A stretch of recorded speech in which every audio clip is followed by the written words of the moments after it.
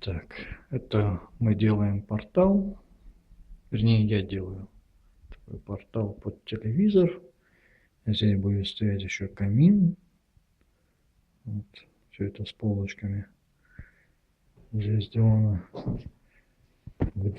такая подоконник более широкий сделан, закрывающий батарею.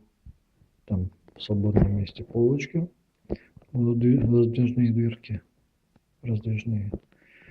Батарея старая, но качественная, проверенная временем.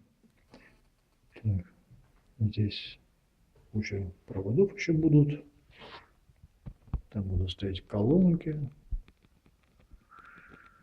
Потолок сделан из пенопласта приклеенного, вернее, европлекса пятерочки. Так вот загнутый он, прибитый на дюбель гвозди, плюс клей. Все это к потолку было приклеено, прибито.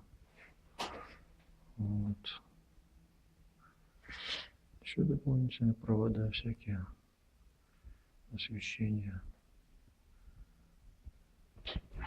Это вот кухонная зона, сделанная из спальни. Вот, кухонная зона. Такая и гостиная будет. Вот. Здесь полочки, ниша под шторы.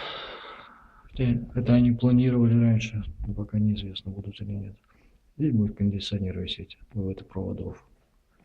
Здесь будет стоять у нас телефон, розетка телефонная. Здесь тумбочка придиванная, маленькая такая. Может и не будет, неизвестно еще. Вот такая вот конструкция получается.